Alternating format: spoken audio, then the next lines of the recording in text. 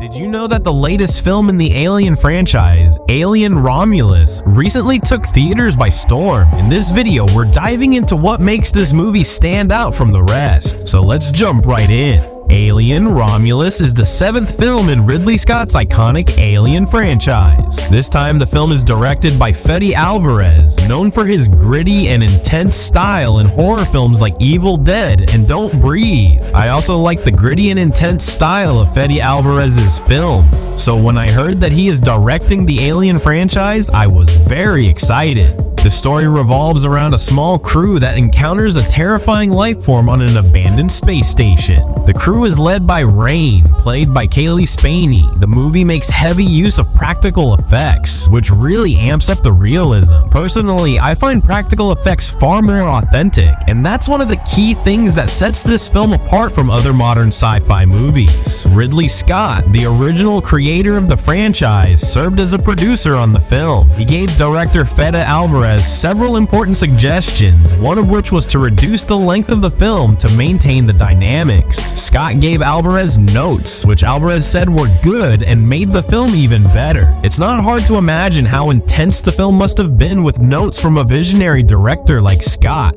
Even James Cameron, who directed Aliens back in 1986, offered some tips for this movie, though he joked that if the film didn't turn out well, he wouldn't take the blame. That really cracked me up, because Cameron's dry sense of humor is always on point. He mentioned he gave Álvarez some pointers, but he had no control over the final product. There's also a subtle connection to Prometheus in this film, which director Fede Álvarez recently revealed in an interview. This connection makes the movie even more intriguing, especially for fans who followed the entire franchise. Álvarez mentioned that he included some elements from Prometheus in Romulus to maintain continuity. The movie also features a surprise cameo where Ian Holmes' character, Ash, is reimagined as a new synthetic being named Rook. This emotional tribute was a big hit with fans. Holmes' widow mentioned that Ian loved the Alien franchise and would have been thrilled with this tribute. When I saw it, I felt a nostalgic wave that probably hit every hardcore Alien fan. Álvarez put a lot of effort into using practical effects, which gives the film an authentic feel. He mentioned that using practical effects wasn't easy, but it gave the movie a unique and realistic touch. Álvarez wanted the film to feel like the original Alien, which is why he leaned heavily on practical effects rather than CGI. I totally agree that there's a certain charm to practical effects that CGI can never replicate. The movie has received a lot of positive feedback from audiences. Many reviewers have said that Alien Romulus captures the essence of the original Alien film, which sets it apart from the other sequels. Audiences mentioned that the movie reminded them of the original Alien and felt like a fresh start for the franchise. Personally, I think Romulus has breathed new life into the franchise, bringing back that old fear and excitement. Director Fede Álvarez revealed that Disney initially had some hesitations about the film's extreme ending, but Álvarez fought for it. This ending gave the movie an explosive and memorable conclusion, paving the way for future installments. That ending totally blew me away.